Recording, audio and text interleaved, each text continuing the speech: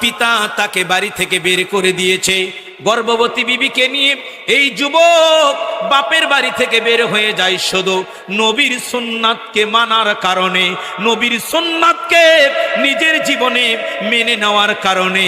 আপন পিতা বাড়ি থেকে বের হয়ে যায়, বের করে দেয়, ও তাতেও খুশি যে আমি আমার পিতার বাড়ি থেকে বের হতে পেরেছি, কিন্তু রাসূলের সুন্নাত বুকের মধ্যে নিতে পেরেছি। এর চেয়ে বড় শান্তি আর পৃথিবীতে একটাও না।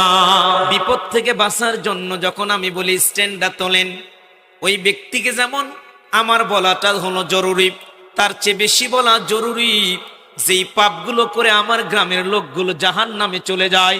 পৃথিবীর যেই বড় পাপগুলো রয়, যেই পাপের কারণে মানুষ মরবে আর জাহান্নামে চলে যাবে, এই পাপগুলোর কথা স্মরণ করে দেওয়া আমি আলামিনের বেশি বেশি জরুরি। কথা বলেন ঠিক কিনা?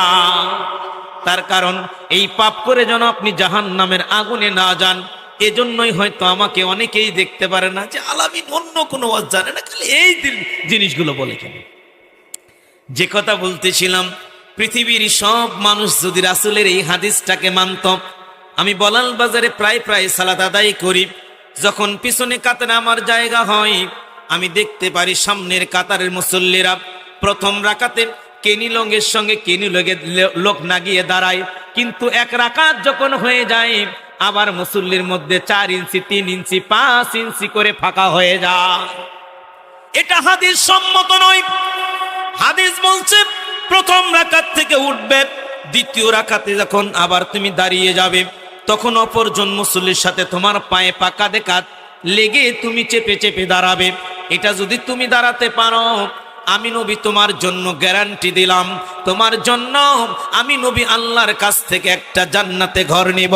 আমার আল্লাহ পাক তোমার জন্য এত খুশি হবে, তোমার জন্য আমার আল্লাহ সুবহানাহু ওয়া তাআলা জান্নাতে একটা ঘর নির্মাণ করে দিবে। যেই নবীর ইত্তেবা আমরা করি না, তাই তো আমাদের এত দলাদলি, তাই তো আমাদের এত ভাগাভাগি। যে নবীর ইত্তেবা না করার কারণে রে চাচা ভাতিজার মধ্যে গন্ডগোল হয়। ভাতিজা বিদেশের মাটিতে যায়, আকীদা পরিবর্তন করে, হানাফি মাযহাব থেকে আহলে হাদিস হয়, বুকের উপর হাত বাঁধে, সালাতে জোরে আমিন বলে, ইমামের পিছনে ফাতিহা পাঠ করে। এই একটা ভুলের কারণে এই ভাতিজাকে বাড়ি থেকে বের করে দিয়েছে চাচা। ভাতিজা তো দূরে থাকলো, পাবনার ঘটনা বলছিলাম। ছেলেটা যুবক সৌদি আরবে গিয়ে আকীদা পরিবর্তন করেছে। সে জোরে আমিন বলে, বুকের উপর হাত বেঁধে সালাত আদায় করে, ওই পায়ে পা লাগিয়ে সালাত আদায় করে।